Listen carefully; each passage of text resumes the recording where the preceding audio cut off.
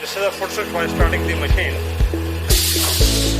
Now you'll see foot coming down and spot welding. The stepper motor takes the job ahead for spot welding. At 66 mm, 10 spots are taken. In such a way, 100 spots can be in 1 minute. If this is how it is being done. The job keeps on moving automatically on the fixture. Spot welding keeps on taking. Once the job is completely welded, you can reverse the job, isn't it?